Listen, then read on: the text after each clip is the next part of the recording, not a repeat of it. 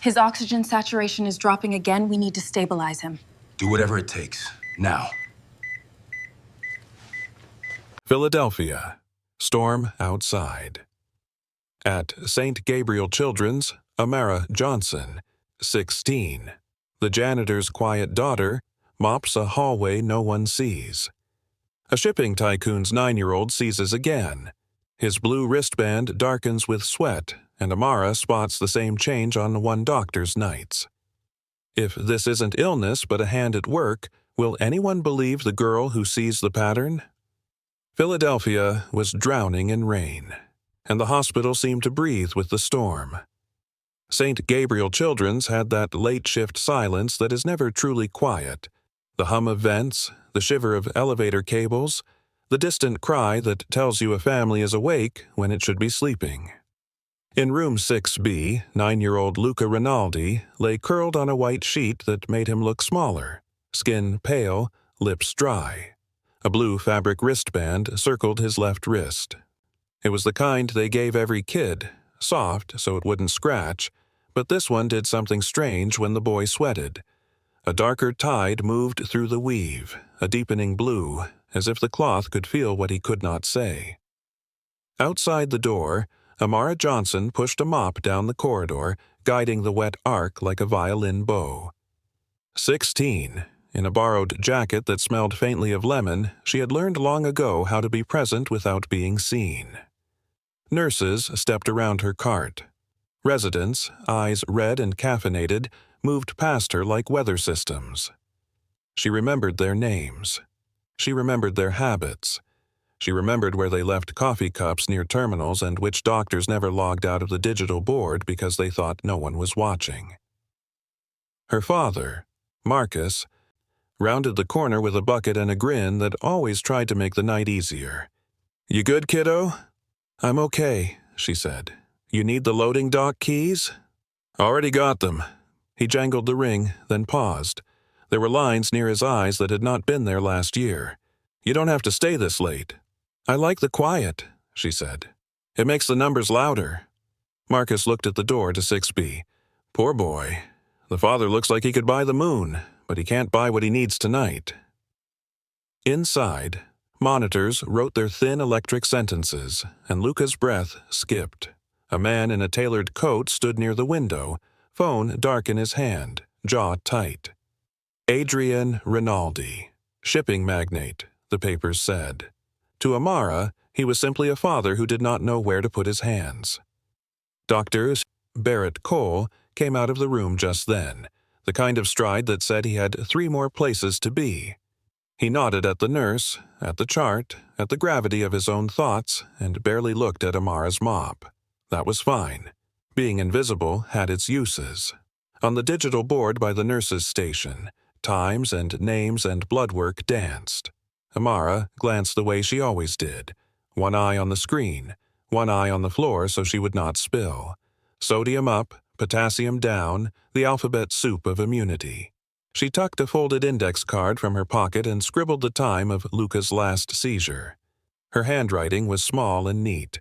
She kept patterns the way some people keep photographs. Lightning flared, short and white. Rain hammered the glass. The door to 6B opened again, and a soft sound came from inside, half cough, half plea. Amara stepped closer. She saw the wristband deepen its blue, a wave across cloth. Sweat, fever. Something else prickled at her scalp, a whisper of a problem that had a shape but no name yet. "He needs rest," Dr. Cole told the father. "We're adjusting the anticonvulsant. We'll try the alternate protocol at midnight." 200 doctors, Adrian said, voice low. "How many protocols until my son wakes up and says one ordinary word to me?" The doctor's mouth softened. "We haven't given up." The nurse, Priya Patel, eased past, checking an IV line with careful fingers. She noticed Amara and offered the smallest smile, the kind that said she knew the girl had a mind behind the mop. It was a kindness, and it was rare. "You remember when Luca's first seizure hit?" Amara asked her father after the hallway quieted. "Last week. Same storm, if you can believe it." "Same shift, too," she said, more to herself than to him. She wrote down the hour on another line of her card. The card had 3 columns: time, medication, staff on duty. No one had asked her to keep it. No one knew she was keeping it. It made her feel like she had a hand on the railing of a dark stairway. In the room, Luca stirred, small body tensing. The blue wristband deepened again, almost navy, and Amara felt her breath catch. She did not know why that mattered, only that it did. The monitor beeped faster. Priya's voice turned steady, gentle. "You're okay, sweetheart. Breathe with me." The father pressed his palm to the glass. The storm shook the windows. Amara looked from the wristband to the board, from the board to the clock, and a thought flickered like a match in rain. If the answer was hiding in routine, in something so ordinary everyone stepped over it, she would find it. She slid the index card back into her pocket and squeezed it once, the paper warm from her hand, a promise to herself. She pushed the mop forward, slow and even, and decided to stay until dawn. Amara returned the bucket to the supply closet just as the intercom crackled, paging Dr. Lynette Sloan to pediatrics. The voice had that polished calm that belonged on television. Everyone knew Sloan, the star of St. Gabriel, the woman who'd written 3 books about human-centered healing. Her posters hung in the lobby beside quotes about courage. Amara had dusted those frames every Friday night. She moved down the corridor again, eyes drifting to the digital board. The column beside Luca's name flashed another update. Seizure cluster, 1:14 a.m., under Dr. Sloan's supervision. She frowned. The last relapse, 2 nights ago, same time, same shift. The board scrolled onward, ignoring her as the world did, but the data stayed printed in her mind. Marcus appeared with his cart, humming off key, and stopped when he saw her expression. "You're thinking again," he said softly. "What is it this time, my little detective?" Amara smiled, tired but kind. "Nothing you'd care about." "I care about anything that keeps you staring at a wall after midnight." She leaned against the mop handle. "Every seizure happens between midnight and 2. Always when Dr. Sloan's here, I check the board." Marcus chuckled. "Sweetheart, you can't go building stories out of coincidence. People work different shifts." "Not this consistent," she said. "You told me once when something keeps repeating, it's not luck, it's pattern." He sighed, rubbing his hands on his gloves.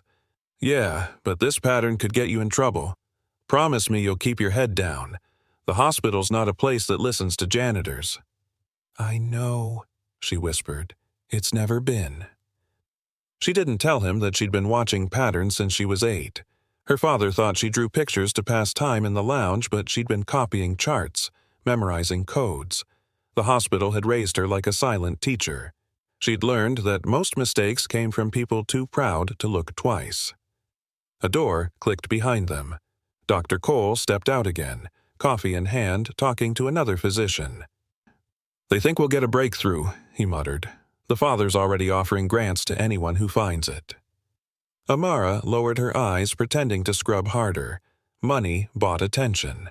Status bought respect. But truth had to fight for air. Hours slipped by. The hum of machines, the sigh of vents, the rain's slow percussion on the roof, it all folded into the rhythm of her work. She passed the nurse's station where an intern had left a stack of lab summaries. Each sheet carried columns of numbers, faint streaks of fluorescent yellow highlighting anomalies. The intern left his login active. Amara hesitated only a moment before scrolling through the file list. Pediatric neurology, Sloan rotation. Her pulse quickened. She printed the timestamps quietly, then logged out and tucked the page inside her cleaning manual. By 4 a.m., her father was wiping the last window. "Sun's coming soon," he said. "Let's call it." But Amara was still thinking about those timestamps. "Dad, do you remember that girl last winter? The one who didn't wake up after surgery?" Marcus frowned. "I do. Room 8C. What about her?" "She was under Dr. Sloan, too. And that boy in May, The one from Lancaster County? He looked at her, puzzled. You remember all that? I remember everything they don't. Her voice cracked a little at the end, more tired than angry. Marcus laid a hand on her shoulder. You've got a gift, I'll give you that, but gifts can hurt when the world isn't ready for them. Promise me you'll be careful. She nodded, though her mind was already chasing the next step. When they left through the side entrance, the storm had quieted. Puddles mirrored the hospital's cold glow. She glanced back once at the children's ward.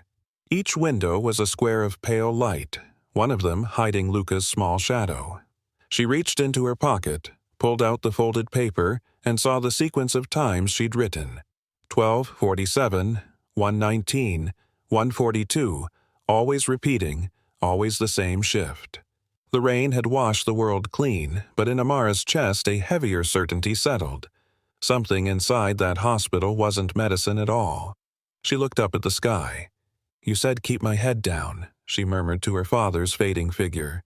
But someone has to look up. Lightning flickered far away, silent this time, and in the reflection of her wet shoes, the hospital's light pulsed like a heartbeat.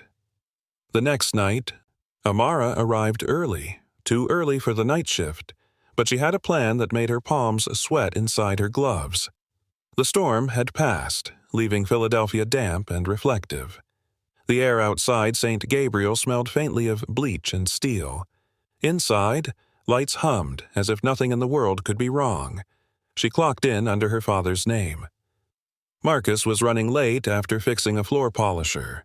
That bought her an hour alone. Her first stop was the data board. She waited until the hallway emptied, until the nurses went to rounds and the security guard turned his back toward the vending machines. Then, quick and careful, she slid the small flash drive from her pocket and plugged it into the terminal. The cursor blinked like a heartbeat. She whispered to herself, "Please work." The screen filled with case codes, rows of names, dates, diagnoses. Luca Rinaldi, Julian Myers, Ruth Delgado, Ezra Lee. The same flag beside each file. Neuro-relapse, undetermined cause. Each patient listed under one physician, Dr. Lynette Sloan. Her stomach tightened. It wasn't coincidence anymore. She copied everything to her flash drive, but what she saw next made her hand freeze on the mouse. All 4 deaths, plus Luca's current file, shared identical medication logs. The same brand of IV saline, same antiseptic cleanser, same prep procedure, the same shift. A chill moved through her even though the vents blew warm. A voice startled her. "What are you doing here?" Amara turned. Dr. Sloan stood behind her, perfect in her white coat, hair smoothed into a bun that never seemed to move. Her smile was the kind adults use when they're deciding whether to be kind or condescending. "You're the janitor's daughter, aren't you?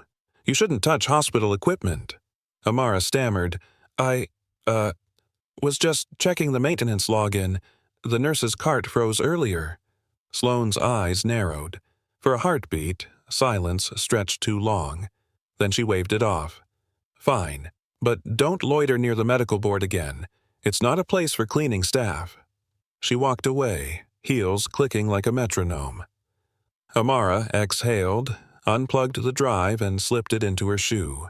Her legs trembled, but her resolve sharpened. Whatever this was, Dr. Sloan didn't want anyone near it. At the end of her shift, she went to the small break room where Marcus was sipping lukewarm coffee. "Hey, superstar," he said, smiling. "Why the storm face?" "Dad," she whispered, glancing around, "I think someone's hurting these kids." He laughed quietly. Not because he found it funny, but because disbelief was easier. "Honey, don't do that to yourself. This place saves kids." "I know, but something's wrong. The same doctor's always on duty when the seizures happen. The same disinfectant brand. Look." She spread the printouts she'd copied. "That's not random." Marcus rubbed his forehead. "You can't just accuse a doctor, Amara. You could get fired. Both of us could." "Then I'll be careful, but if I'm right..." Her voice faltered. Luca might not live through the week. He stared at her, torn between pride and fear. "Promise me you'll let me help. You don't go sneaking around alone." She nodded, even though she knew she would. Her father couldn't risk his job. She could. That night, as she mopped near the ICU, Luca began seizing again. Alarms screamed. Nurses rushed in, shouting vitals. Amara pressed against the wall, watching through the window as Sloane took command. Her hands moved fast, too fast, changing an IV bag without logging it. When the boy's wristband turned deep navy again, Amara's mind screamed with realization. The color shift wasn't random. It reacted to something chemical, something foreign. She took a step forward before the door swung open, nearly hitting her. Sloane emerged, removing her gloves. "Get someone to clean in there." He spilled again. "Yes, ma'am," Amara whispered, gripping the mop so tightly her knuckles hurt. When Sloane left, she slipped into the room under the excuse of wiping the floor. Luca's small chest heaved with shallow breaths. The wristband glistened under the fluorescent light, its threads a strange shade of blue-black.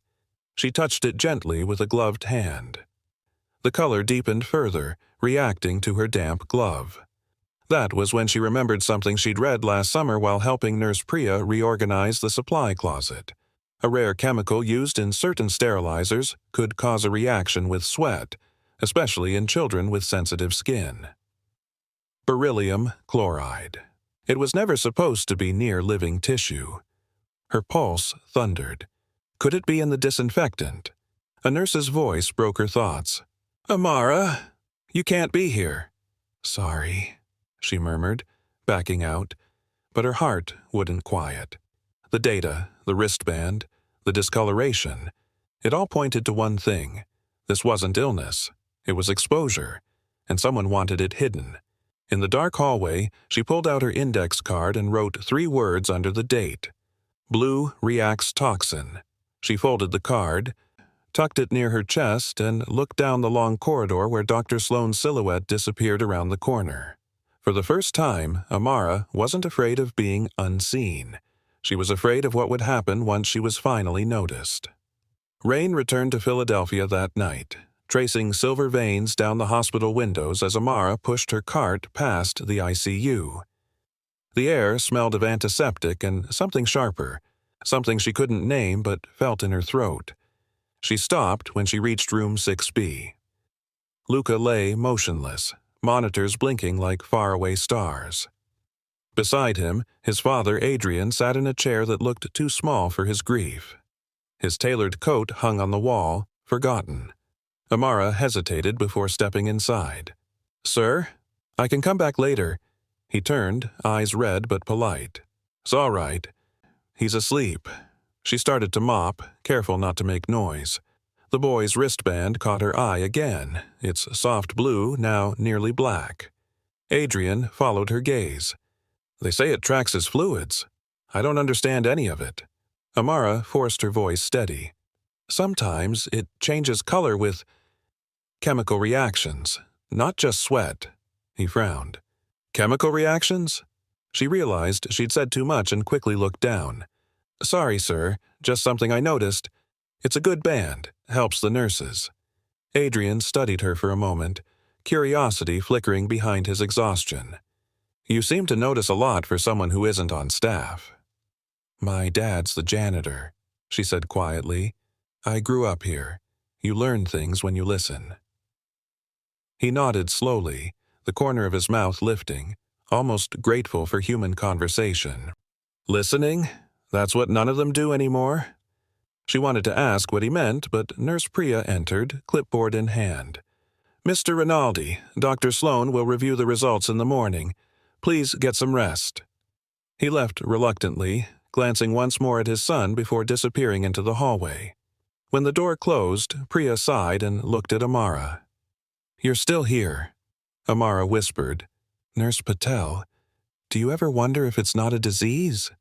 Priya's eyes flicked toward the window to make sure no one was listening.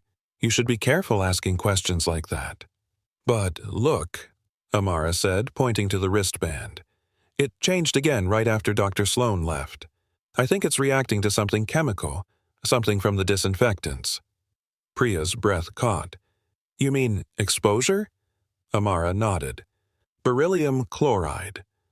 It's in some industrial cleaners. It can cause nerve damage, seizures, and respiratory distress. Priya blinked, processing. That compound was banned years ago. It's too dangerous.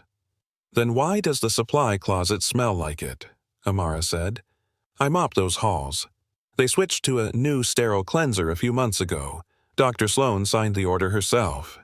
Priya's shoulders stiffened. You saw the paperwork? I saw her name. A long pause filled the room. The rain tapped the glass like it wanted in. Priya lowered her voice. Amara, if what you're saying is true, this is not just about one boy. It's systemic. But we can't accuse her without proof. Then we'll find it, Amara said. Priya shook her head. You could lose everything. Your father's job, your record. They'll bury it. Someone already buried 4 kids, Amara replied softly. I checked. Priya closed her eyes, torn between fear and conscience. Then she whispered, There are supply logs in the basement archive, unapproved orders. If Sloan really authorized them, they'll be there. I can get in, Amara said. The janitorial keycard works for storage. Priya hesitated, then nodded. Meet me after rounds, midnight. When Amara stepped out into the corridor again, she found her father cleaning near the elevators. You've been quiet all night, he said. I'm just tired. You're never just tired, he replied, studying her. You get that look in your eyes when you've already decided something. She hugged him suddenly. If I ever get you in trouble, I'm sorry. Marcus frowned. What are you talking about? Nothing, she said with a forced smile. Go home soon, okay? Later that night, the basement lights flickered as Amara followed Priya into the archive. Dust floated in the air, glittering under the bulbs. Old paperwork filled the shelves, yellow and brittle. They searched in silence until Priya pulled a folder labeled Procurement, Sterile Supplies, Q3. Inside was a list of orders, and there it was. Beryllium-based cleanser, authorized by Dr. L. Sloan. Priya stared at it in disbelief. This shouldn't exist. Amara traced the signature with her finger. She's covering it under a research label, Code 14B Neurostudy. That's pediatric neurology, Priya whispered. Her department. They looked at each other, realization dawning like dawn itself. Slow, unstoppable, terrifying. Then a sound echoed behind them. A door creaked. Footsteps. Who's there? Priya called out, voice trembling. The light flickered once more. The hallway beyond the archive stretched empty. Amara's heart pounded. When silence returned, she leaned close and whispered, We have the proof. Now we just have to survive long enough to show it.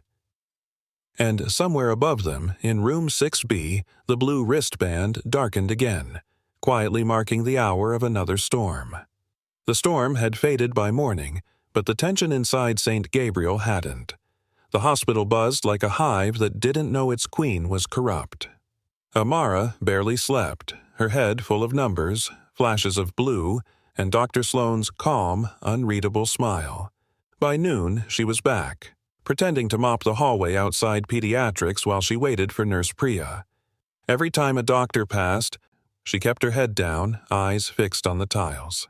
The folder with the supply logs was hidden in her cleaning cart, wrapped inside a trash liner. Priya appeared at 12:45, her dark hair tied back, eyes scanning the hall.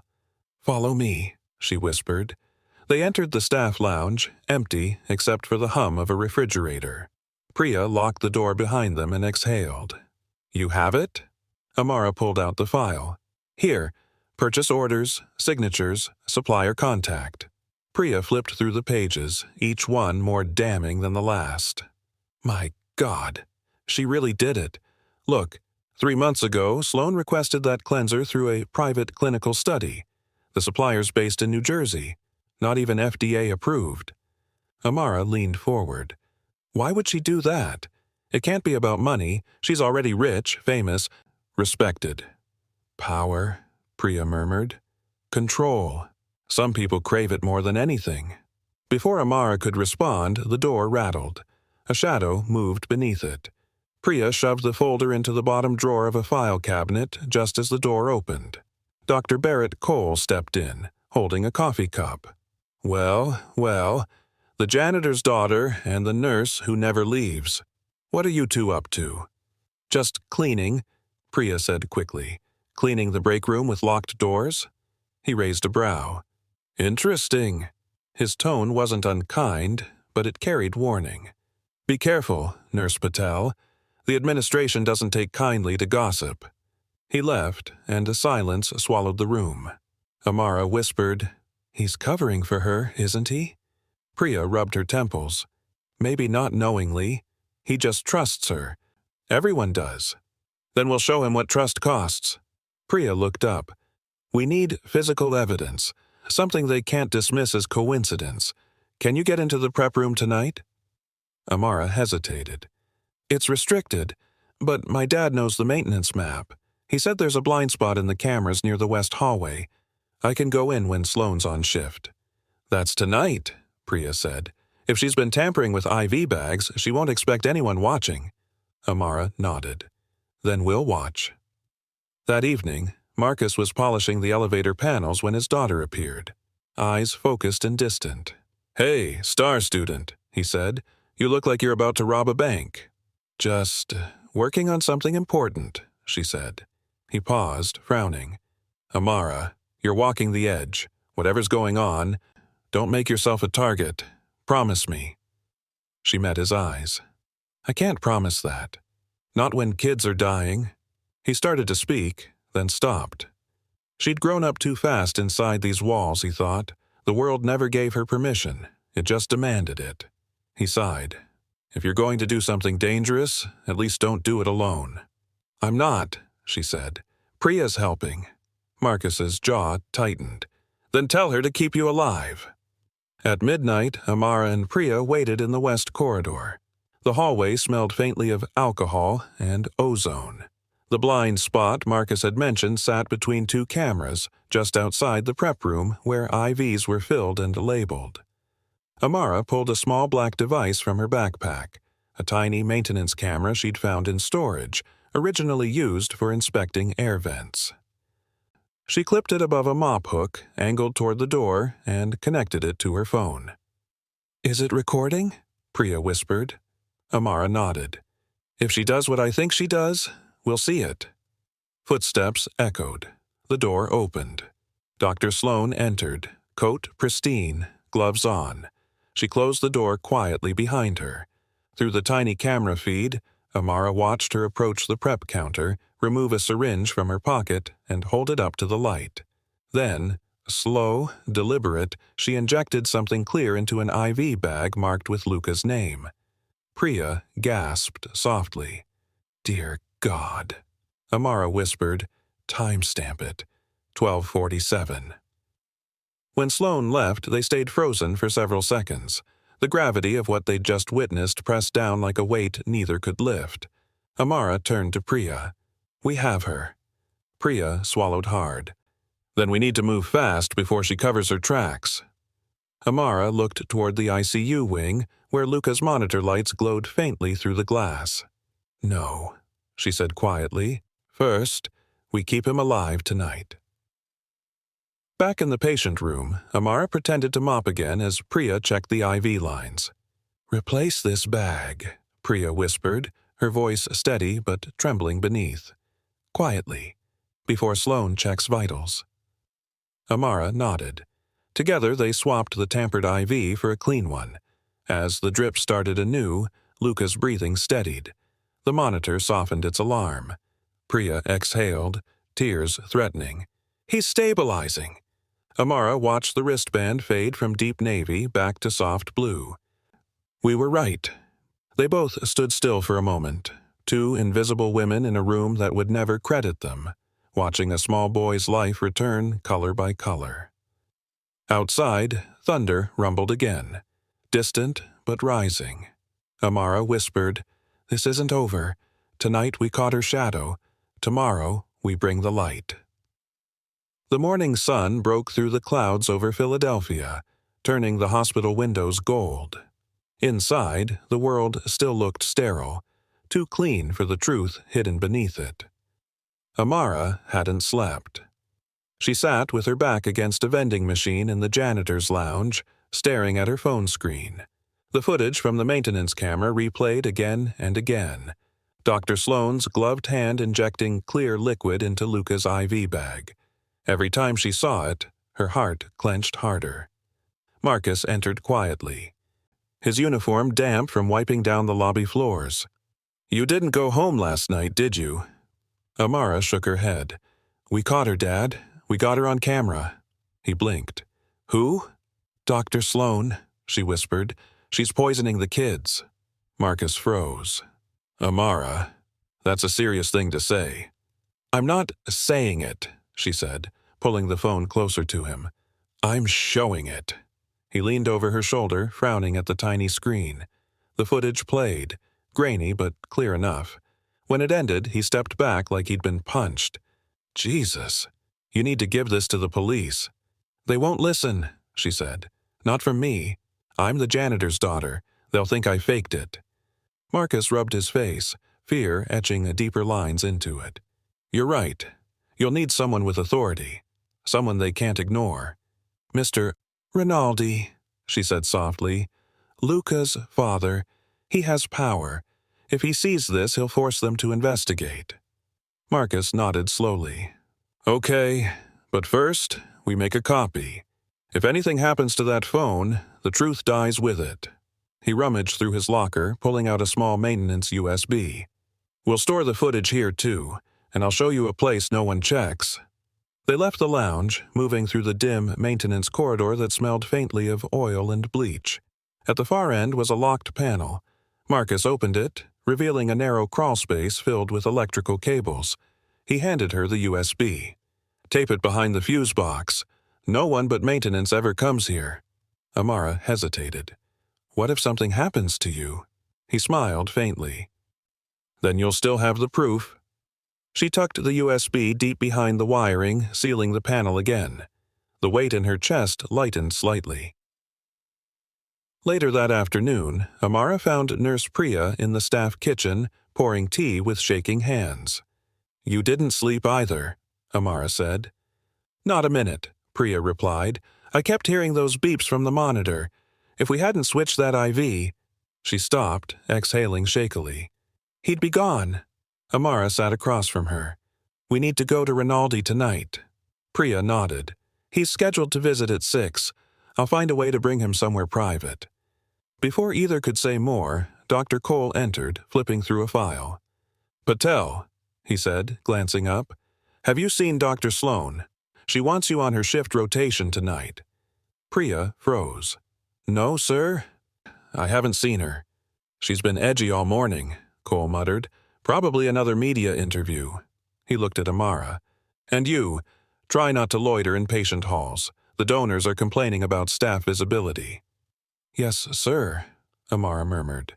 When he left, Priya whispered, "She's feeling the pressure. If she suspects anything, she might destroy evidence." "Then we move before she does," Amara said. At 6, as families came and went through the ward, Amara stood near Luca's room with her cleaning cart, pretending to wipe the window. Inside, Adrian Rinaldi sat beside his son, reading aloud from a worn book. The man's voice softened when he looked at the child, roughened again when he looked away. Priya entered and spoke quietly to him. "Mr. Rinaldi, there's something you should see to privately." He followed her into the hallway. Amara met them near the service elevator. "Sir, I know this sounds insane, but your son isn't sick the way they say. I can prove it." Adrian frowned, defensive. "You're the janitor's girl, right? Look, I appreciate your help, but—" She interrupted, voice trembling. "Please, just watch." She handed him her phone. The footage played. The doctor, the syringe, the IV, the timestamp. His expression hardened into disbelief, then fury. "That's Sloane. What is she? What is this?" "It's what's been killing those kids," Amara said. "The same chemical is in the disinfectant she ordered. It reacts with sweat. That's why Luca's wristband kept changing color." Adrian stared at her, struggling to process. You're saying she's poisoning my son? Yes, Priya said quietly. We have the records to prove it, but we need your help to bring it forward before she destroys everything. For a moment, he said nothing. Then he looked toward Luca's room, toward the boy he couldn't save despite his wealth. His jaw tightened. Tomorrow morning, I'll call a full board meeting. Everyone will be there. Sloan, Cole, administration. You bring the evidence. Amara nodded, breath unsteady. As he turned to leave, he paused. Miss Johnson, he said, voice low, if you're wrong, you'll ruin lives. But if you're right, he swallowed, then you've saved mine. That night, Amara sat with her father in the empty cafeteria. He poured her a cup of coffee she was too young for. You did it, huh? He said. Not yet, she murmured. Tomorrow decides everything. He reached across the table and took her hand. I used to think this place only took from us. Time, sleep, dignity. But you found something inside it worth fighting for. Outside, lightning flashed again over the river. Amara looked out the window, voice steady now. Tomorrow, she faces the light. The morning of the board meeting felt heavier than any storm. Clouds hung low over Philadelphia, trapping the air inside St. Gabriel like a held breath. Amara walked beside Nurse Priya through the west corridor, clutching the envelope that held the evidence, printouts, still frames, and the USB copy. Her palms were damp despite the cool air. Every footstep echoed like a countdown. Marcus caught up with them outside the conference wing. You sure you want to do this? He asked, voice rough from worry. Amara met his eyes. If I don't, more kids will die. He looked at Priya. Keep her safe. Priya nodded. I promise. They turned the corner and entered the boardroom. The space was all glass and silence, overlooking the skyline. Around the long table sat doctors, lawyers, and executives. At the head, Adrian Rinaldi stood, every inch the tycoon the newspapers described, tailored suit, steel composure, but his eyes were shadowed with sleepless rage. Across from him, Dr. Lynette Sloan sat in immaculate white, posture perfect, smile faint and cold. Mr. Rinaldi, she said smoothly, I understand you've called an emergency review. I hope it's not another fundraising pitch. His tone was quiet, deadly calm. No, this is about my son's life. Dr. Barrett Cole looked between them, confused. What's going on? Adrian gestured toward Amara and Priya. These two requested to present findings related to the recent pediatric incidents. Sloane's brow arched. Findings? From whom? The janitorial staff? Murmurs rippled through the room. Amara's hands shook, but Priya gave her a small nod. She stepped forward, laying the documents on the table. We found an unapproved purchase order for a beryllium-based cleanser, signed by Dr. Sloan. It's toxic to children when absorbed through skin. Cole frowned. That's impossible. Those compounds haven't been used in years. Then explain this, Amara said, sliding a still frame from the footage. Sloan, syringe in hand, the label on Luca's IV clear as day. Captured last night at 12:47 a.m., in the prep room near pediatrics. For a moment, no one spoke. Then, Sloan laughed softly. This is absurd. That image could be anything. A reflection, an angle, and even if it were real, how would a janitor's daughter access security footage? It's not from security, Amara said. It's from a maintenance inspection camera, registered under Protocol 7. Adrian leaned forward, voice hard. The timestamp matches the onset of my son's last seizure. Exactly. Sloane's composure cracked. Her smile thinned into a sneer. You're being manipulated by a child with a conspiracy board. Cole rubbed his temples. Lynette, if this is false, then allow the evidence to be verified. If it's real... He didn't finish.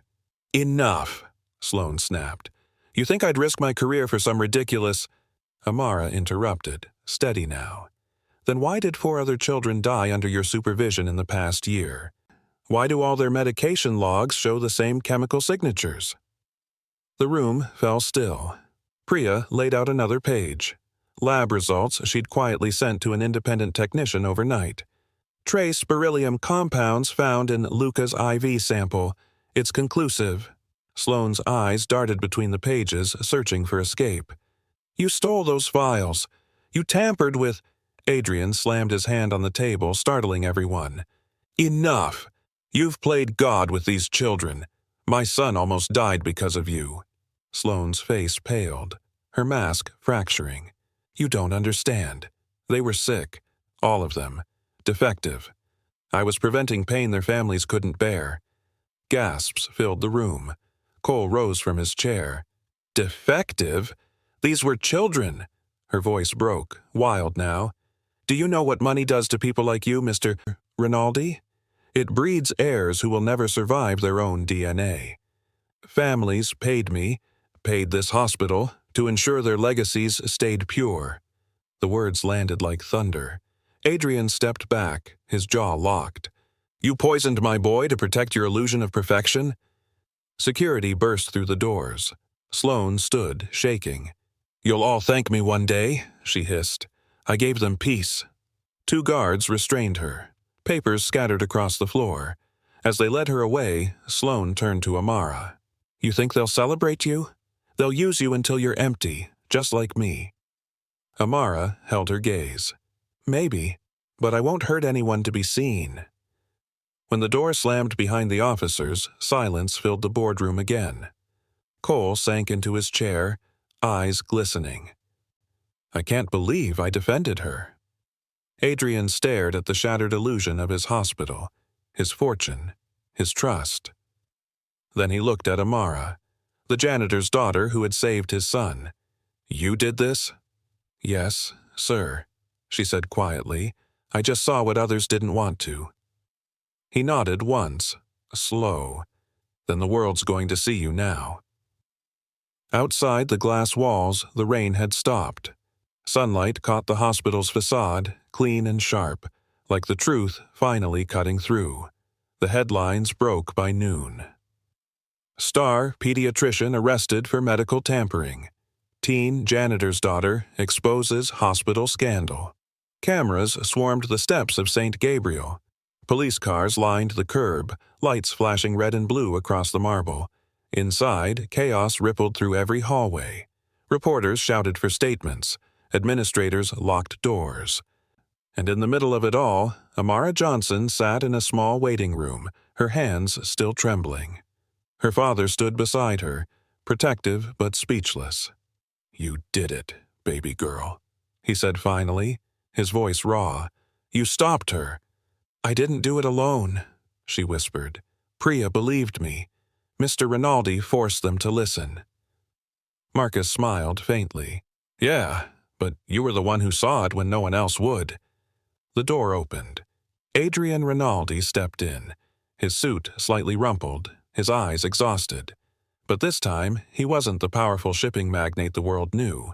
He was just a father. Luca's awake, he said softly. He's asking for you. Amara froze. Me? He nodded. He says you were there when he got better. Room 6B was quieter now, filled only with the faint hum of machines and the scent of morning air. Luca's eyes fluttered open as Amara approached. He was thin, pale, but alive. His small hand reached out, trembling slightly. You're the girl who cleans, he said in a whisper. Amara smiled. That's me. You made the bad doctor go away? Her throat tightened. I helped stop her, yeah. He nodded sleepily. Thank you. Beside the bed, Adrian's composure finally cracked. He covered his mouth, tears threatening. You have no idea what you've given me back, he said. I thought I'd lost him forever. Amara looked at Luca's wristband, its fabric now the lightest, calmest blue. He just needed a chance to breathe clean air again. Outside the room, Nurse Priya waited. She hugged Amara tightly. You realize you changed everything, right? There's an inquiry at the state level. They're reviewing every pediatric death in the region. Amara's voice was small. It doesn't feel like victory. It feels heavy. Priya nodded.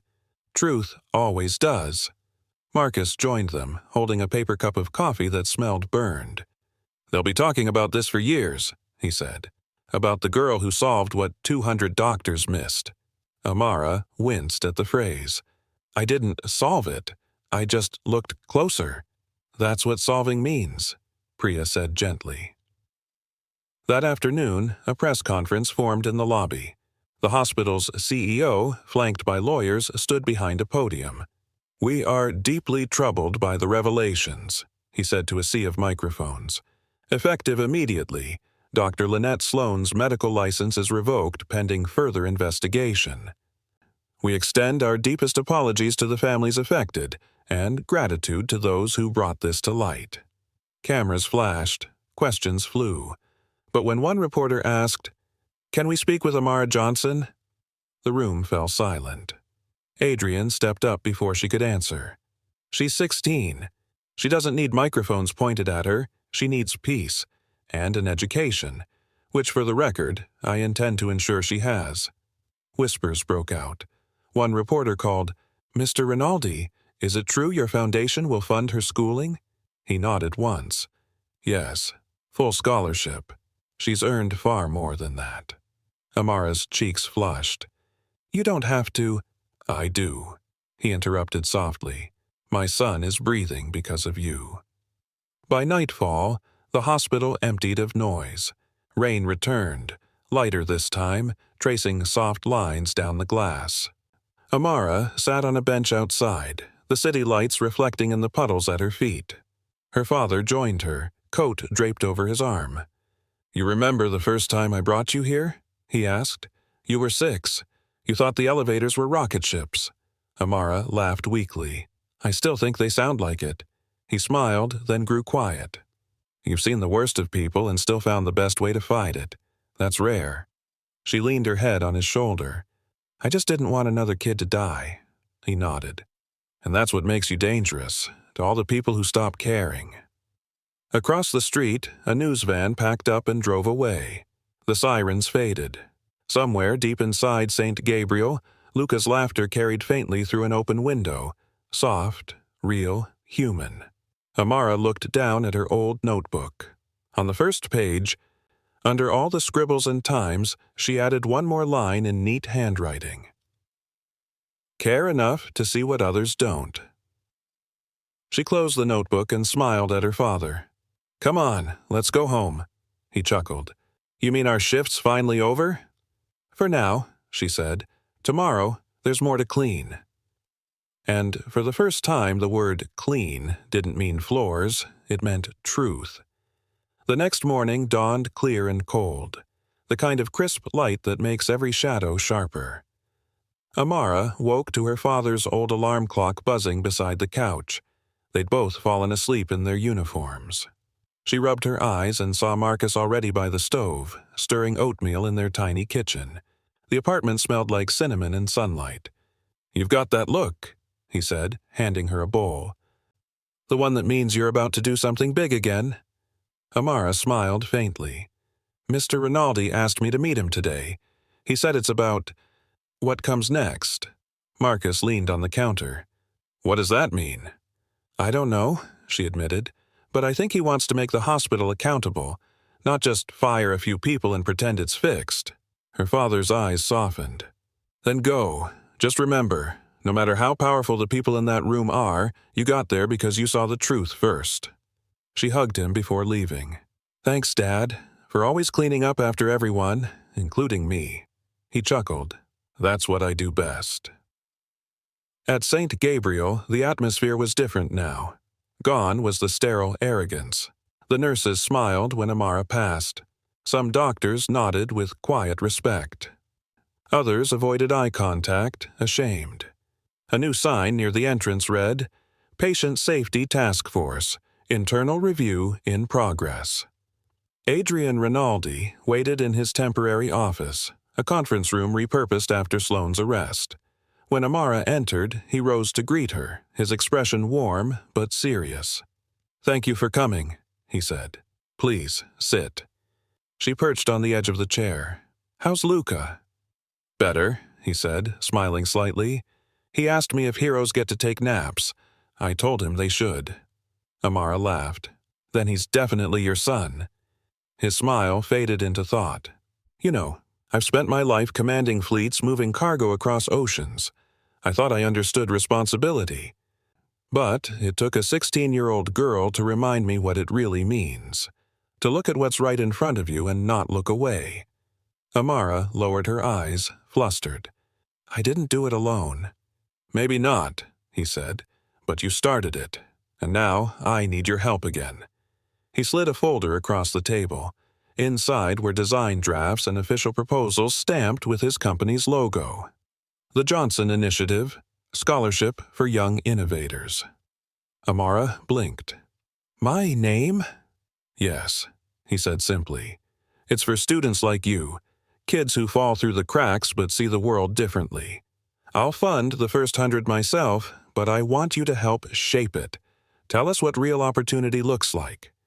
She stared at the papers, speechless. "Mr. Rinaldi, I don't even have a college degree." "You will," he said firmly. "And until then, you have vision. That's rarer."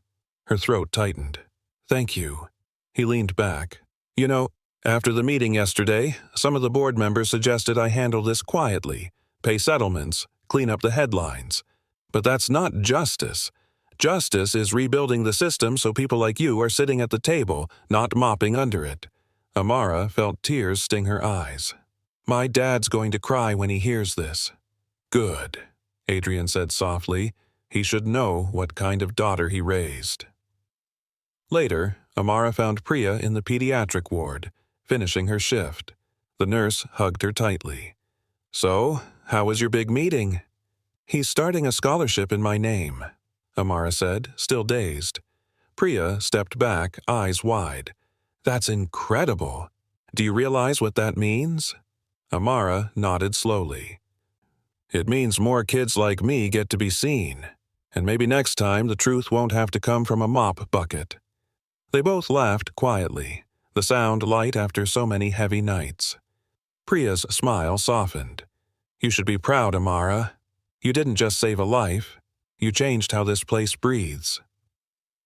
At sunset, Amara and Marcus stood by the hospital garden. Luca sat nearby with a blanket over his knees, drawing on a sketch pad. He looked up when he saw them. "Hi, Miss Amara," he called out. "Look, I drew you." She knelt beside him. On the page was a simple drawing, a girl holding a blue wristband under a sun. The word, "Thank you," was written in shaky crayon letters. "It's perfect," she whispered. Luca grinned. "My dad says you're going to be a doctor someday." She smiled. "Maybe, but doctors need good teachers first." He nodded seriously. "Then I'll be your first patient." Marcus chuckled behind them. "You're already her favorite." As Luca went back to his drawing, Amara looked at her father. The hospital, the city beyond the river, all of it bathed in orange light. The storm that had once felt endless had finally passed. "Dad," she said quietly, "you ever think about how weird it is that truth can start with something so small, like a mop streak or a wristband?" He smiled, his eyes warm. Truth always starts small, but when the right person sees it, it grows big enough to move the world. Amara looked back at Luca, alive and laughing, and then toward the building that had nearly buried him. "Then I guess we just have to keep looking." The sun dipped lower, painting the hospital windows gold again, and for the first time Amara felt like the light wasn't just outside, it was coming from within. 2 weeks later, St. Gabriel Children's Hospital didn't feel like the same place. The scent of harsh cleanser had been replaced by something softer, citrus and lavender. Every corner bore signs of change. New safety protocols, new staff rotations, even the supply closets now carried warning labels and double verification tags. But what struck Amara most wasn't the paperwork. It was the way people looked at her now. Doctors who once brushed past her in silence now nodded, some even smiling with quiet respect. Nurses whispered, That's her when she passed.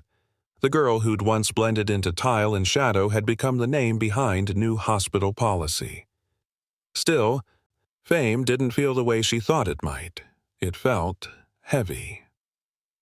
She found herself back in room 6B one quiet morning, standing by the window where the rain used to trace ghostly lines. Luca was propped up on his pillow, sketching another picture. His father was on the phone by the door, his tone gentle for once. "Morning, hero," Luca said, grinning. "I drew your brain." Amara laughed. "My brain? That's kind of creepy." "It's full of lightning bolts," he explained, proudly turning the page. "That's how you saw the bad thing." She smiled. "Maybe, but I think it was my heart that noticed first." Adrian ended his call and joined them. "He's been asking when you'll start your internship," he said. "You're officially accepted into the research program starting next month." Amara blinked. "Wait, seriously? I haven't even finished high school yet." "You've done more real research than half my executive team," he replied with a small grin. "Consider it early credit." Luca giggled. "Told you she's a genius, Dad." Adrian's voice softened. "She's something even rarer." He looked at Amara with quiet gratitude. "She's good." That afternoon, Amara sat with Nurse Priya in the cafeteria. For once, the place was peaceful. No arguments, no alarms, just the hum of vending machines and distant laughter from the playroom. Priya stirred her tea. "They're naming the new safety policy after you, you know." Amara's spoon stopped mid-stir. "What?" "The Amara Protocol," Priya said, smiling. "Automated monitoring for anomalous reaction analysis. Someone in admin turned your name into an acronym. Every undiagnosed pediatric case will now require heavy metal screening and dual verification for medication prep." Amara let out a small laugh. "That's actually brilliant." Priya leaned forward, her expression proud. "You realize you changed national health policy at 16? "I didn't mean to change policy," Amara said softly. "I just didn't want another parent to cry like Mr. Rinaldi did." "That's exactly why you succeeded." Later that evening, Marcus finished mopping the main atrium, whistling off-key as always. Amara came down the stairs carrying a small box filled with her old notebooks.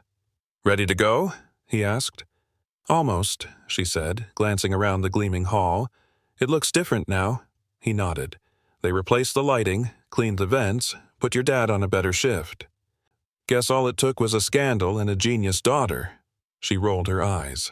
"You keep calling me that. I'm not a genius. I just noticed patterns." Marcus put his mop aside and rested his hands on her shoulders. "No, you noticed people. That's what the others forgot." They walked outside together, into the cool Philadelphia night. Across the street, a billboard displayed a photo of the new hospital wing. "St. Gabriel, safer care for every child." Beneath it, small letters read, "In honor of Amara Johnson." She froze, staring. "Dad, I didn't know about that." He chuckled. "Guess you're part of the furniture now, the good kind." Amara shook her head, smiling. "I just wanted to go back to being invisible." He looked at her tenderly. "Too late for that, kiddo. You can't unsee what you see, You can't uncare what you care." Back home, the apartment felt warmer than usual. Marcus cooked while the evening news played in the background. The anchor's voice carried through the kitchen. Following the arrest of Dr. Lynette Sloan, new hospital safety reforms, known as the Amara Protocol, have been adopted nationwide. Amara sat at the small table, staring at her blue fabric wristband lying beside her plate, the same one Luca had worn. She'd kept it as a reminder of what truth looked like. Ordinary, overlooked, waiting for someone to pay attention. Her father set down 2 plates of pasta and sat across from her. "So, what's next for the girl who sees what others don't?" She smiled. "College, I guess. Maybe medicine. Maybe data science. Something that lets me listen for the patterns no one else hears." He nodded approvingly. "Just don't forget to sleep and eat between saving the world." "I'll try," she said. "You'll remind me anyway." Marcus raised his fork like a toast. "To clean floors and clear minds." She raised hers too, to caring enough to see. They laughed softly, clinking forks instead of glasses. Outside, sirens faded into the night, not as danger, but as rhythm. The sound of a city that had almost lost its heart but found it again through a girl who refused to look away. Before heading to bed, Amara stepped onto their small balcony. The city lights stretched endlessly, flickering like data points on a living chart. Somewhere in the distance, St. Gabriel's roof glowed faintly blue under the night sky. She touched the wristband one last time and whispered, "You're safe now, Luca." Then she smiled at the stars, the quiet ones always shining hardest when no one's watching. The following week, St. Gabriel Children's Hospital was quieter than it had been in months. No reporters, no protests, no camera flashes, just the rhythm of healing. The walls that had once held secrets now echoed with laughter again. Amara walked those hallways differently now, no longer invisible, but she still wore the same sneakers, the same quiet steps, the same awareness that truth was something you had to guard even after it was found. Marcus had been promoted to facility supervisor. His nameplate gleamed on the door, a simple thing that made him grin every time he saw it. "They said I run the cleanest hospital floors in Pennsylvania," he told Amara one morning. "Guess that's one way to honor your legacy." She laughed. "It's your legacy too, Dad. You kept this place shining even when it didn't deserve to shine." He winked. "You always did have a way with words, probably from reading all those medical charts instead of bedtime stories." Amara smiled, her eyes tracing the corridor that had once been just another night's shift. "I think this hallway remembers everything," she said softly. "Every step we took before people saw us." He patted her shoulder. "Then, let's make sure it remembers the good stuff, too." That afternoon, Amara joined Nurse Priya in the small hospital courtyard, where the children were allowed to play in the sun for the first time since the scandal broke. Flowers had been planted along the walkway. The scent of fresh earth replaced the sharp tang of antiseptic. Priya waved from a bench. "Look who's out of the ICU," she said, nodding toward Luca, who was tossing a small ball with another child. Amara's face softened. "He looks different. Stronger." Priya nodded. "He asks for you every shift. You've made quite the impression." "I just showed up when no one else did." Priya tilted her head. "That's the secret, isn't it? The world always changes because someone decides to show up." They watched Luca for a while in silence, his laughter floating through the warm afternoon. He wore a new wristband now, green instead of blue, and every time he moved, it shimmered under the sun. Later, Amara was summoned to a conference room on the hospital's top floor. She expected another meeting about procedures, but when she stepped inside, she froze. Adrian Rinaldi stood beside a projector, smiling. "You made it," he said. "We wanted to surprise you." Around the table sat members of the hospital board, several reporters, and even representatives from the city council. On the wall behind them was a slide that read, "The Johnson Research Fellowship for Curiosity, Courage, and Compassion in Medical Discovery." Amara blinked. "What is this?" Adrian stepped closer. "It's our way of saying thank you. We're launching an annual fellowship under your name. Students and interns from underprivileged backgrounds will get the chance to study pediatric research here at St. Gabriel, fully funded." Her mouth parted in disbelief. "Under my name?" "You didn't just expose a crime," he said quietly. "You taught us what integrity looks like. You saw what data couldn't.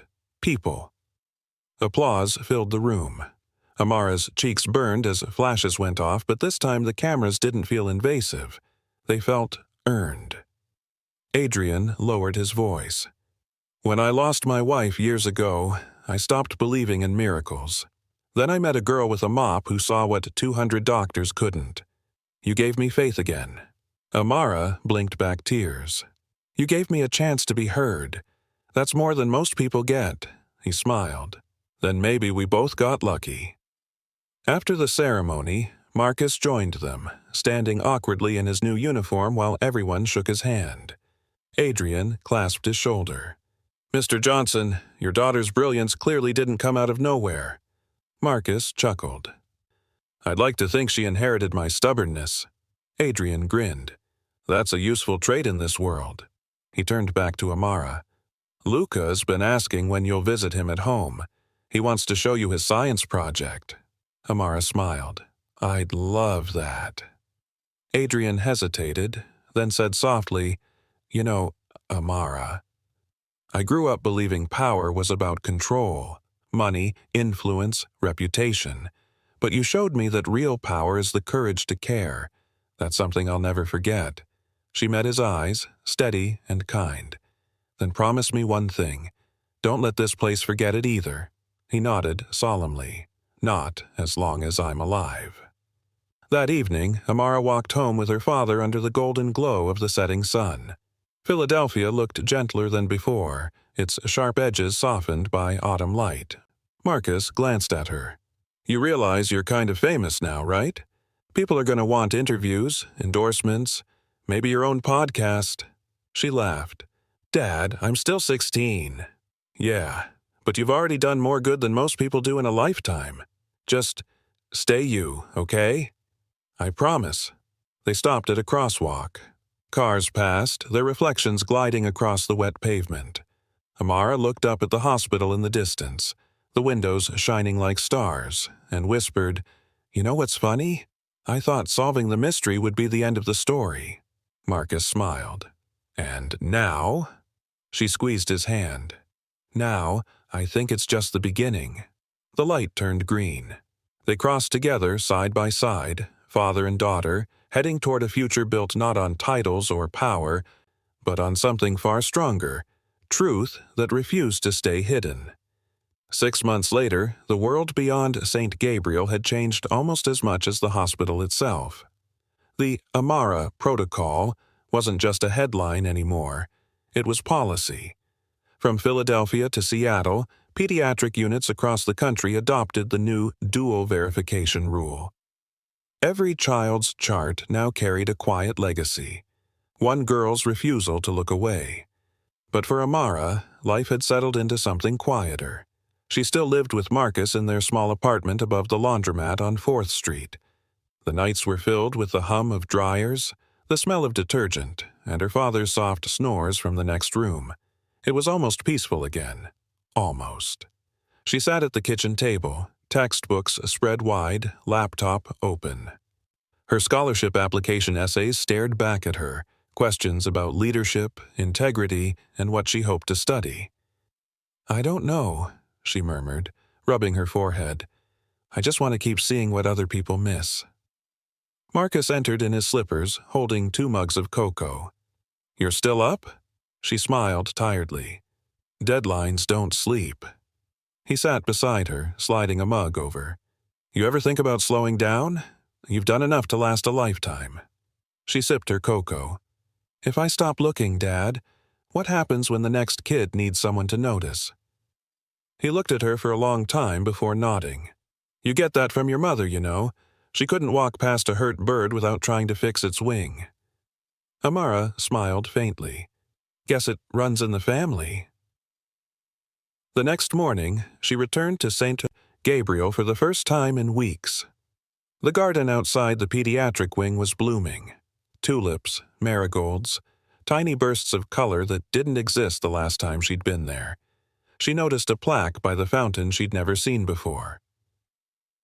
In honor of Amara Johnson, for teaching us that courage is quiet, but never invisible. She exhaled, emotion catching her off guard. Thought you'd find that, said a familiar voice. Amara turned. Adrian Rinaldi stood by the path, dressed casually this time. No tie, no bodyguards. He looked more human now, less like the man on magazine covers. You didn't have to do this, she said softly.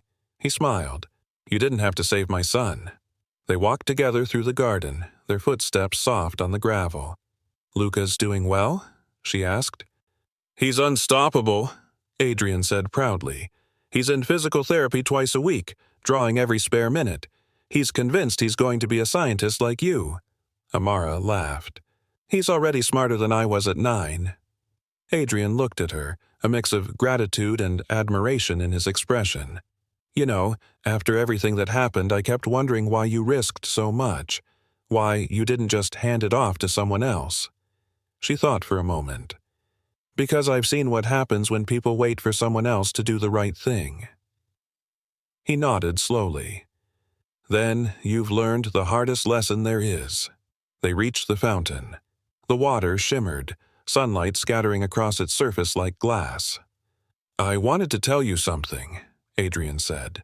The first group of Johnson scholars starts this fall. 40 students. Every one of them from a background like yours. Kids who were told they didn't belong. You made that happen. Amara smiled, eyes glistening. I just started a ripple. Ripples change tides, he said softly. Inside the hospital, Nurse Priya met them near the nurses' station. She hugged Amara tight. Look who finally decided to visit. Amara grinned. I missed you too. Priya pulled back, mock stern. You better. This place is boring without your detective brain. Adrian chuckled. Careful. If you keep saying that, she'll be running the hospital before she's 20. I'd vote for her, Priya said. Amara laughed. You'd regret it. I'd make everyone double-check their lunch labels for cross-contamination. Exactly, Priya replied. That's why we need you. Later, Amara and her father stood together by the exit, looking out at the skyline. The city pulsed with light, and the Schuylkill River reflected it like a moving mirror.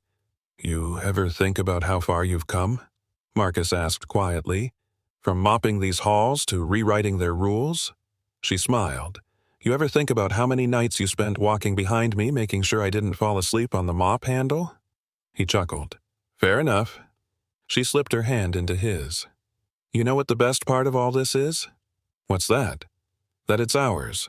The truth didn't come from a lab coat or a corner office. It came from a janitor and his kid. Marcus looked at her, pride welling up in his chest. And that's something no one can ever take away. As they stepped outside, Amara noticed the blue evening sky mirrored in the hospital's windows, the same color as Luca's wristband on the day he survived. She stopped for a moment, watching the light fade into dusk. You see that? She said. That color, that's what hope looks like. Marcus smiled, following her gaze. Then let's keep it shining. They walked down the steps side by side, their reflections trailing behind them in the glass doors.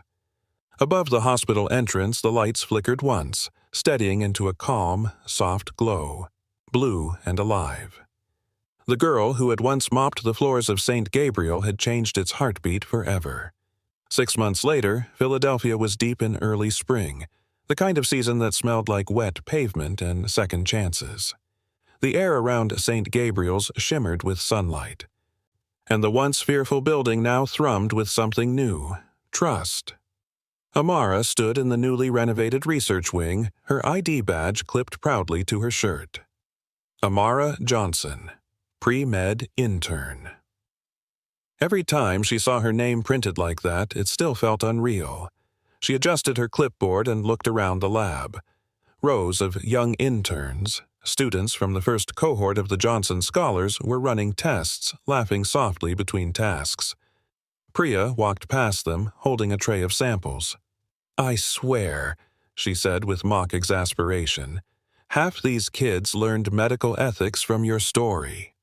Amara smiled. Then maybe they'll start off better than most of us did. Priya nudged her shoulder. You've got a speech in 15 minutes, future Dr. Johnson. Amara groaned.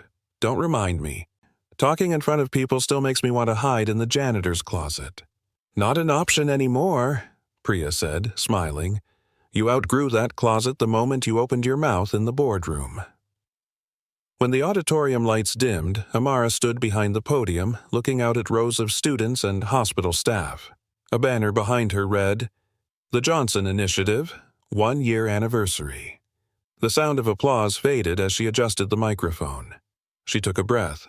A year ago, she began, I was mopping the same hallways many of you walked through this morning. I didn't have credentials, or a title, or a voice that anyone wanted to hear, but I had eyes, and a father who taught me to use them. Her gaze drifted to Marcus, seated in the front row, his uniform replaced by a crisp suit but the same warmth in his eyes. "I noticed things," she continued, "not because I was smarter, but because I cared enough to see what others didn't.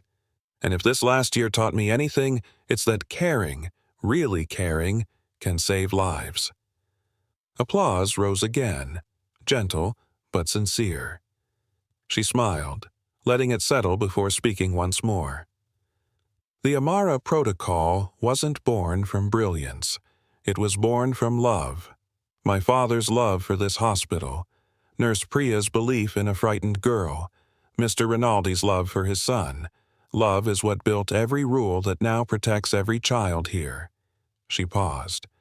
"And that's what I want you to remember when the world tries to make you forget why you started."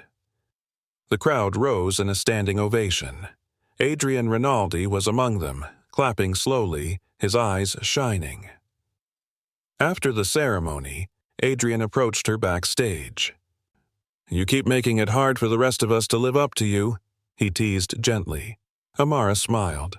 "I just told the truth." "That's why it worked," he said. "Luca insisted we bring you something." He handed her a small box wrapped in silver paper. Inside was a new blue fabric wristband, stitched carefully, the color soft and calm. A note was attached in Luca's handwriting. "So you don't forget what blue means." Amara swallowed hard. "Tell him I won't." Adrian placed a hand on her shoulder. "He'll tell you himself next week. He wants to visit and show you his robotics project." She grinned. "He'll probably outsmart me." "That's the goal," Adrian said. That night, Amara walked the hospital halls one last time before heading home. She passed the cleaned prep room, the corridor where she had once hidden the maintenance camera, and the quiet ICU wing where everything had changed. The air felt lighter now, safer. Marcus caught up to her near the elevator. "They saved me a front row seat and even gave me a name tag," he said proudly. "Didn't think I'd live to see that." "You earned it," she said. "You were there for every late night, every mop bucket, every doubt." He smiled. "And I'd do it all again. But from now on, let's stick to normal shifts, okay? I don't think my heart can handle another hospital scandal." Amara laughed. "Deal." They walked toward the main doors together, the night breeze slipping in as they stepped outside. Across the street, the city skyline shimmered. Glass towers glowing blue, the same color as that wristband on her wrist. Marcus looked at it and chuckled. "That color used to scare me. Now it just looks like peace." Amara nodded. "It's the color of breathing again." They stood there for a moment, father and daughter, framed by the quiet hum of traffic and the faint laughter of children echoing through the courtyard. Amara looked up at the hospital's shining sign. St. Gabriel Children's Hospital, home of the Amara Protocol. Her eyes softened. "You know, Dad," she said, "maybe the world isn't changed by the loudest people after all." He tilted his head. "No?" She smiled. "Maybe it's changed by the ones who care quietly, long enough for the world to finally notice." Marcus squeezed her shoulder. "Then let's keep caring quietly." And as they walked away, the city lights rippled across the wet pavement. Bright and alive, every reflection a reminder of how far truth could travel once it found a voice. Spring turned into summer, and with it came the first real warmth Amara could remember feeling in years, the kind that didn't come from fluorescent lights or quiet victories, but from peace. For once, St. Gabriel wasn't a storm. It was sunlight. The hospital's courtyard overflowed with color that morning. Reporters, staff, and families gathered for the dedication of the new pediatric research wing. A banner fluttered across the entrance. The Johnson Rinaldi Center for Child Health and Innovation. Amara stood near the steps with Marcus on one side and Nurse Priya on the other. Adrian Rinaldi and his son Luca approached through the crowd, both dressed in light blue shirts that matched the sky. Luca waved the moment he saw her. "Amara, look," he said, holding up a small robotic wristband. "It changes color when people lie. I built it for my science fair." Amara knelt, laughing. "That's amazing. So what color am I right now? He studied the band. It glowed pale blue. Honest. Always. She smiled. Good. I'd hate to fail your test. Adrian rested a hand on his son's shoulder. He's been talking about this day for weeks, he said. He says heroes deserve statues, but I told him the best kind of hero doesn't need one. Amara looked around at the families, at the children laughing on the grass, at the hospital's gleaming windows. You were right, she said. The best kind of hero just wants people safe. The ceremony began with applause that rolled like distant thunder. When the microphone was passed to her, Amara hesitated for a heartbeat, then spoke. 1 year ago, she began, I stood in these same hallways with a mop in my hand. I wasn't supposed to be seen. I wasn't supposed to have a voice, but truth doesn't care who speaks it. It just needs someone brave enough to say it aloud. She glanced toward Marcus, who gave a small nod of pride. This hospital isn't perfect. No place is. But what we built here today, what we built together, is proof that even the smallest voices can start the biggest changes. She lifted her wrist, showing the blue band Luca had remade for her. This isn't just fabric. It's a reminder that caring, noticing, and daring to ask why, those things save lives. The crowd rose to its feet. Cameras flashed, but Amara barely saw them. She saw only the people, the janitors, the nurses, the families, every face that had once walked these halls unseen. Later that afternoon, she found herself in the quiet garden where everything had begun. The new fountain shimmered with sunlight. The plaque beneath it read, "For those who see what others don't, in honor of Amara and Marcus Johnson." She traced the engraving with her fingers, smiling through tears. Marcus joined her, holding 2 lemonades. They spelled our names right, he said, grinning. That's already a win. She laughed. You ever think we'd end up on a plaque, Dad? He sat beside her on the bench. Not in my wildest dreams. I just wanted to keep this place clean. You did more than that, she said. You made it safe enough for me to see what needed fixing. He nodded slowly, his voice thick. Guess we both cleaned it in our own way. They sat in silence, the sound of a running water filling the air. A little later, Adrian and Luca found them. We're heading to the dedication dinner, Adrian said. You two are coming, right? Marcus smiled. We wouldn't miss it. Luca tugged at Amara's hand. After dinner, can we make another experiment? I want to test my new sensor in the garden. She laughed. Sure thing, scientist. Adrian looked at her, his expression quiet, sincere. You know, you didn't just save my son. You changed my idea of what strength looks like. It isn't about power or wealth. It's about standing your ground when you have every reason not to. Amara met his gaze. Strength is love that doesn't quit, he smiled. Then the world could use a lot more of it. As the sun dipped low, the garden lights flickered on, soft, warm, almost golden. The sky above Philadelphia turned violet, the hospital windows reflecting the color like gentle glass flames. Marcus stood, stretching. You coming, kiddo? In a minute, Amara said. He nodded and walked ahead with Adrian and Luca, their laughter carrying through the fading day. Amara stayed behind a moment longer, watching them. She touched the wristband on her arm, the blue thread catching the last light of dusk. For the first time since that stormy night months ago, she felt complete. She whispered to the breeze, I wasn't smarter than them. I just cared enough to see what they didn't. And as the hospital lights glowed behind her, bright, calm, and eternal, the world of St. Gabriel finally exhaled.